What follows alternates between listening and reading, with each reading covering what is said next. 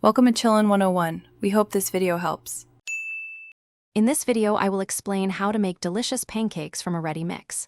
First, gather your pancake mix, the specified liquid like milk or water, and any extra ingredients you might want, such as chocolate chips or berries.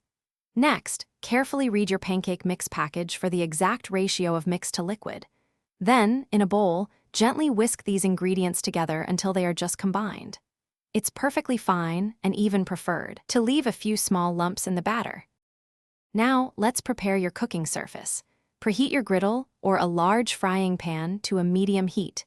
This is usually around 375 degrees Fahrenheit if your griddle has a temperature setting. Lightly grease the surface with a small amount of butter or a non-stick cooking spray to prevent sticking.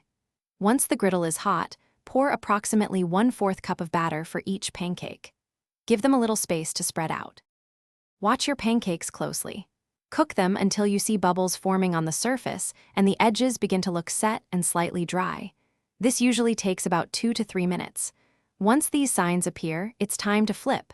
Use a spatula to carefully turn each pancake over. Cook the second side for another 1 to 2 minutes or until it's beautifully golden brown and cooked all the way through. Don't overcook them. Finally, it's time to enjoy your delicious homemade pancakes.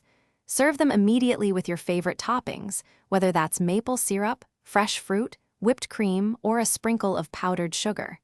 If you're cooking a large batch, you can keep the finished pancakes warm in a low oven, around 200 degrees Fahrenheit, while you finish preparing the rest. And speaking of staying refreshed, remember to check the description below for a link to the Oala water bottle and other great deals. Thanks for watching. Thanks for watching. Consider subscribing if we helped you.